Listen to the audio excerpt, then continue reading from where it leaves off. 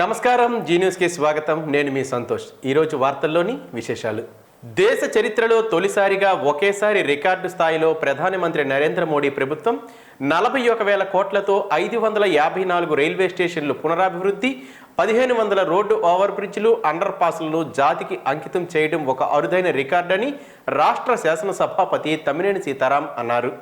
సోమవారం శ్రీకాకుళం జిల్లా ఆమదాలవలస రైల్వే స్టేషన్లో అమృత్ భారత్ స్టేషన్ పథకం కింద ఏర్పాటు చేసిన అభివృద్ధి కార్యక్రమంలో ఎంపీ రామ్మోహన్ నాయుడుతో కలిసి పాల్గొన్నారు. ఈ సందర్భంగా ఆయన మాట్లాడుతూ బ్రిటిష్ పాలకులు నాటి రైల్వే వ్యవస్థ ఆధునీకరణకు మోడీ సారథ్యంలో కేంద్రంలో విప్లవాత్మకమైన మార్పులు తీసుకొచ్చారని కొనియాడారు.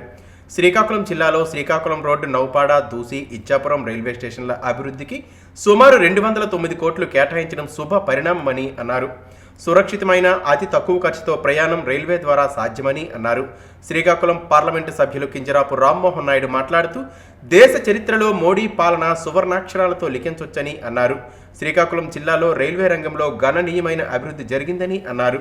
అవాంతరాలు లేని రైళ్లు, రోడ్డు వాహనాల రాకపోకలకు ఆటంకం కలగకుండా చక్కని సౌకర్యవంతమైన ట్రాక్లు ఏర్పాటు చేసిన కేంద్ర ప్రభుత్వానికి ఎంపీ అభినందనలు తెలిపారు. శ్రీకాకుళం జిల్లా కేంద్రం రైల్వే స్టేషన్ ఆధునీకరణకు మరో 100 కోట్ల రూపాయలు మంజూరు చేయాలని ఆయన డిమాండ్ చేశారు. బీజేపీ జిల్లా అధ్యక్షుడు బిర్లంగి ఉమామహేశ్వరరావు మాట్లాడుతూ సామాన్యునికి అండగా ఉంటూ 100 ఏళ్లు పూర్తి చేసుకున్న భారతీయ రైల్వే వ్యవస్థ సేవలు వెలకట్టలేనివని అన్నారు.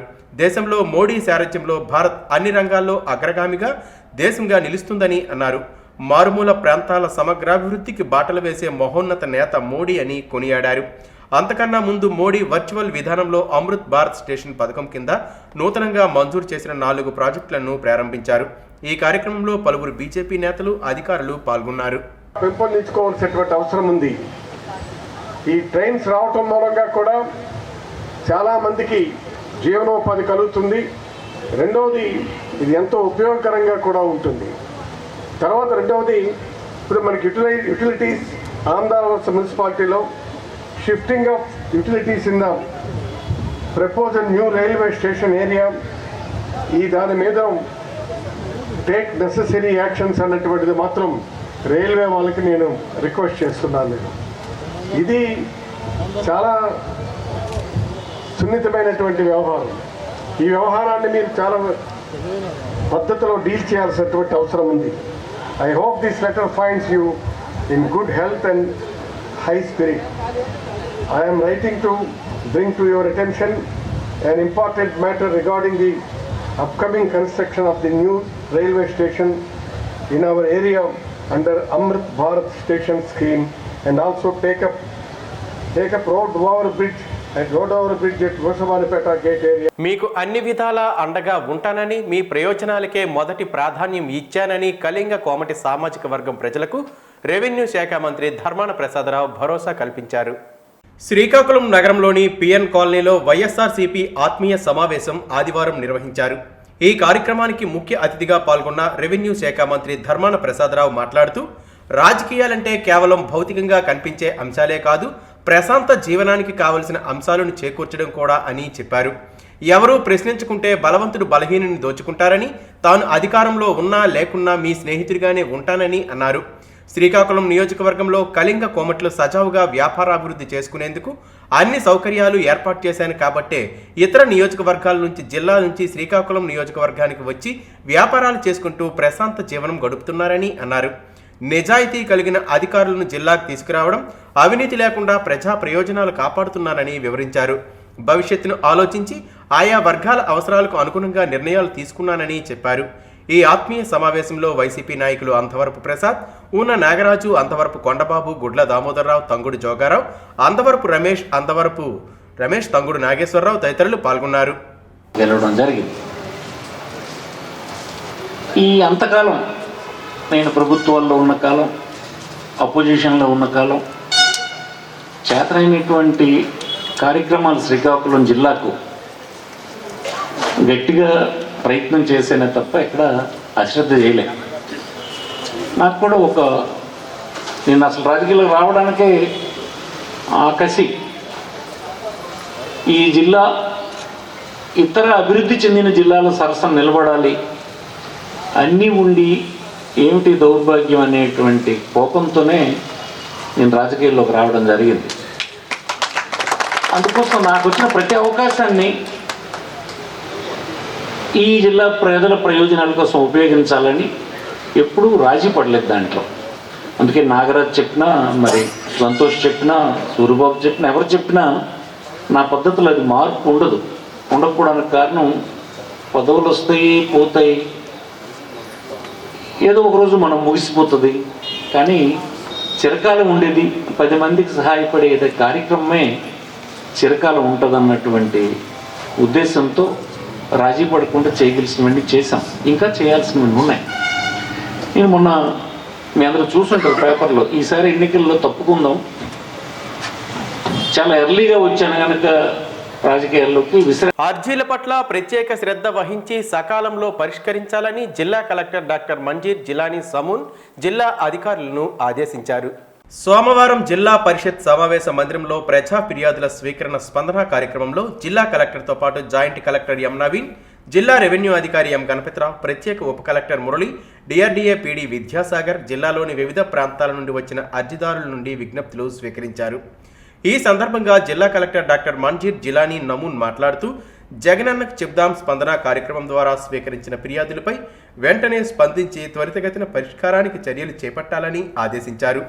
రాష్ట్ర ప్రభుత్వం ప్రజల సంక్షేమం కోసం అమలు చేస్తున్న వివిధ సంక్షేమ పథకాలు, రెవెన్యూ, పౌర సరఫరాల సేవలు, నవరత్నాలు, పేదలందరికీ ఇల్లు పథకం కింద పట్టాల పంపిణీ, ఇళ్ల మంజూరు, పెన్షన్లు, సర్వే, ఉపాధి అవకాశాలు, భూ వివాదాలు తదితరులకు సంబంధించి 178 మంది అర్జీదారులు తమ సమస్యల పరిష్కారానికి జిల్లా కలెక్టర్కు అర్జీలు సమర్పించారు.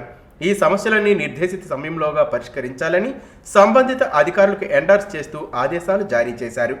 ఈ స్పందన కార్యక్రమంలో కేఆర్సీ ప్రత్యేక ఉప collector Dorababu, ZP CEO D Venkateswararao, జిల్లా వైద్య ఆరోగ్య అధికారి B Meenakshi, DWAMA PD Chittiraju, వివిధ శాఖల జిల్లా అధికారులు పాల్గొన్నారు. నేషనల్ హెల్త్ మిషన్ ప్రాజెక్టులో భాగంగా స్థానిక ప్రభుత్వ మెడికల్ కళాశాల వద్ద 50 పడకల క్రిటికల్ కేర్ బ్లాక్ 23.75 కోట్లతో నిర్మించనున్న బ్లాక్ను ప్రధాని మోడీ వర్చువల్గా శంకుస్థాపన చేశారు. ఆదివారం ప్రధాని గుజరాత్ రాష్ట్రంలోని రాజ్కోట్లో జరిగిన సమావేశం నుండి దేశవ్యాప్తంగా హెల్త్ కేర్ ఇన్ఫ్రాస్ట్రక్చర్ ప్రారంభాలు, శంకుస్థాపనలు చేయగా మన రాష్ట్రంలో 9 క్రిటికల్ కేర్ బ్లాకులను వర్చువల్గా శంకుస్థాపనలు చేశారు. జిల్లాలో ఈ కార్యక్రమాన్ని జిల్లా కలెక్టర్ ముఖ్య అతిథిగా పాల్గొని జ్యోతి ప్రజ్వలన చేసి కార్యక్రమాన్ని ప్రారంభించారు. అనంతరం జీజీహెచ్ మెడికల్ కళాశాల నుండి లైవ్ టెలికాస్ట్ ద్వారా జిల్లా collector doctor Manzir Jilani Namoon, APHM IDC EEM Satyaprabhakar, superintendent Swaminathan, జిల్లా వైద్య ఆరోగ్య అధికారిని డాక్టర్ బి మీనాక్షి, మెడికల్ కళాశాల Venkatachalam deputy superintendent doctor K Sunil Nayak, HDFC సలహా సభ్యులు సిఎస్ఆర్ఎం సుభాషిణి, ఎం సత్యానంద్ విద్యార్థులు తిలకించారు. అనంతరం జిల్లా కలెక్టర్ శిలాఫలకాన్ని ఆవిష్కరించారు. देश की सभी एम्स के लिए और अन्य प्रकल्पों के लिए भी पिछले एक दशक में भारत के जन को బడుగు బలహీన వర్గాల సమస్యల పరిష్కారమే పరమావధిగా బీసీలకు ఆర్థిక, రాజకీయ, సామాజిక న్యాయం కోసం అలుపెరగని పోరాటం చేసే బహుజన బాంధవుడు చంద్రపతిరావు అని మాజీ మంత్రి గుండా అప్పల్ సూర్యనారాయణ అన్నారు. నగరంలోని ఆయన నివాసం వద్ద సోమవారం సంస్మరణ సభ నిర్వహించారు. ముందుగా ఆయన చిత్రపటానికి పూలమాలలు వేసి ఘన నివాళులర్పించారు. ఈ సందర్భంగా అప్పల సూర్యనారాయణ మాట్లాడుతూ, బీసీ విద్యార్థులకు స్కాలర్షిప్లు, బీసీ ఉద్యోగుల హక్కులపై చంద్రపతిరావు అనేక పోరాటాలు నిర్వహించారని అన్నారు. Kalinga Vaishya, Bheri Vaishya corporation chairman Antavarapu Suribabu, MLC Nartu రామారావులు మాట్లాడుతూ, స్వాతంత్రం వచ్చిన తర్వాత బీసీలను అన్ని రాజకీయ పార్టీలు ఓటు బ్యాంక్గానే చూస్తున్నాయని, బీసీల రాజ్యాధికారమే వారి అభివృద్ధికి నాందని నమ్మేవారని తెలిపారు. బీసీల సమస్యలపైనే కాకుండా ఎస్సీ, ఎస్టీ విద్యార్థుల సమస్యలపై కూడా కలెక్టర్తో పాటు ఇతర ఉన్నతాధికారులను కలిసి సమస్య పరిష్కారానికి కృషి చేసేవారని పలువురు గుర్తు చేసుకున్నారు. ఆయన ఇంటి పేరు పెట్టైనా కోత మాత్రం గంభీరంగా ఉంటుందన్నారు. కలెక్టరేట్ వద్ద జ్యోతిరావు పూలే పార్కు నిర్మాణంలో చంద్రపతిరావు కీలక పాత్ర పోషించారని, బహుజన నాయకుల జయంతి, వర్ధంతులను క్రమం తప్పకుండా నిర్వహిస్తూ నాయకుల్లో వారి స్ఫూర్తి నింపే ప్రయత్నం చేసేవారని గుర్తు చేసుకున్నారు. ఈ సందర్భంగా చంద్రపతిరావు అమర్ రహే, చంద్రపతిరావు అమర్ రహే, చంద్రపతిరావు అంటూ నినాదాలు చేశారు. ఈ సంస్మరణ సభలో జాతీయ బీసీ సంఘం రాష్ట్ర అధ్యక్షులు లాగా వెంగళరావు, జేఎన్టీయూ పాలక మండలి సభ్యులు బుడుమూరు రాజేష్, బీసీ సంఘం కార్యదర్శి బాడాన దేవభూషణ్ రావు, Gaddeboina Krishna, Ganji R Ezra, Padapana Suguna, doctor Arvind, Pitta Bhagyachandra Yadav తదితరులు పాల్గొన్నారు.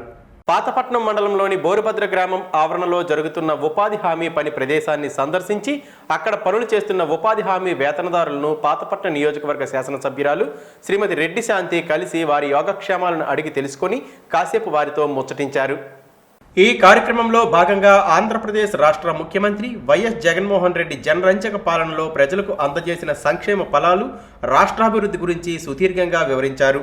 కుల మత రాజకీయాలకు అతీతంగా జగనన్న పాలనలో పారదర్శకంగా సంక్షేమ పథకాలను నేరుగా లబ్ధిదారులకు అందజేస్తున్నామని తెలియజేశారు.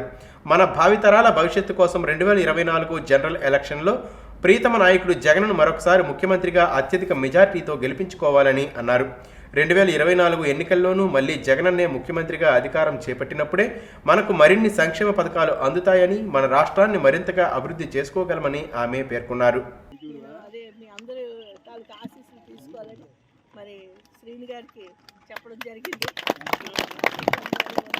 శ్రీకాకుళం నగరంలోని స్థానిక గోనపాలె 34వ division TDP in-charge Bachchu Jayamma ఆధ్వర్యంలో జరిగిన రా కదలిరా సభకు అశేష జనవాహిని తరలింది. ఈ సందర్భంగా ఆమె మాట్లాడుతూ శ్రీకాకుళం టీడీపీ ఎమ్మెల్యే అభ్యర్థి గుండ లక్ష్మీదేవి విజయం లాంఛనమేనని, రాష్ట్రంలో ముఖ్యమంత్రిగా మళ్లీ నారా చంద్రబాబు నాయుడునే శ్రీకాకుళం ప్రజలతో పాటు రాష్ట్ర ప్రజలంతా కోరుకుంటున్నారని అన్నారు. మొన్న జరిగిన నారా లోకేష్ ఆధ్వర్యంలో నిర్వహించిన శంఖారావం సభకు వేలాది మంది తరలిరావడం మనం చూశామని, ఆ రోజే టీడీపీ విజయం శ్రీకాకుళంతో మొదలవుతుందని అనడంలో ఎటువంటి సందేహం లేదని అన్నారు. ఈ రోజు కూడా నారా చంద్రబాబు నాయుడు రా కదలిరా సభకు గత 3 రోజుల నుంచి పండగ వాతావరణం తలపిస్తోందని, ఖచ్చితంగా నారా చంద్రబాబు నాయుడును ముఖ్యమంత్రిగా చూస్తామని, అలాగే శ్రీకాకుళంలో గుండ లక్ష్మీదేవి విజయం చూస్తామని, రానున్న రోజుల్లో టీడీపీ సంక్షేమ పథకాలతో ప్రజలందరి ముందుకు వస్తుందని అన్నారు. ఈ సందర్భంగా భారీ ర్యాలీగా సుమారు 300 మంది కార్యకర్తలతో గోనపాలెం నుంచి రా కదలిరా సభా వేదిక వరకు ర్యాలీ నిర్వహించారు. ఈ ర్యాలీలో S Bharati, J Veerraju, B Mallesh, D Nagaraju, B Jyothi, S Lakshmamma తదితరులు పాల్గొన్నారు.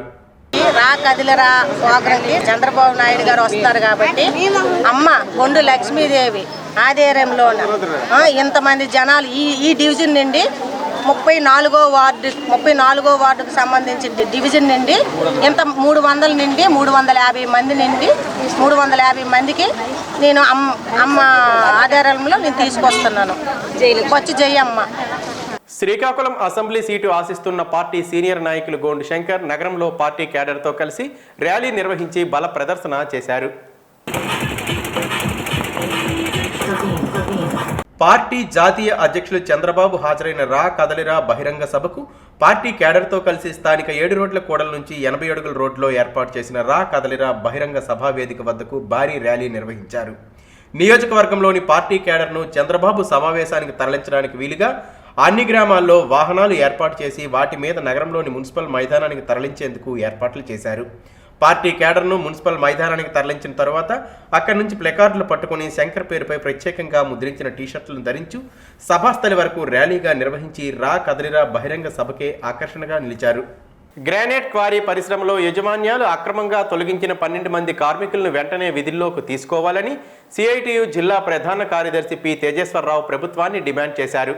శ్రీకాకుళం జిల్లాలో గ్రానైట్ క్వారీ పరిశ్రమలో పనిచేస్తున్న కార్మికులకు కనీస వేతనం, పిఎఫ్, ఈఎస్ఐ చట్టబద్ధమైన సౌకర్యాలు అమలు చేయాలని, కార్మికులను తీసుకోవాలని కోరుతూ సోమవారం జిల్లా పరిషత్ గ్రీవెన్స్లో సిఐటియు ఆధ్వర్యంలో కలెక్టర్కి వినతిపత్రం ఇవ్వడం జరిగింది.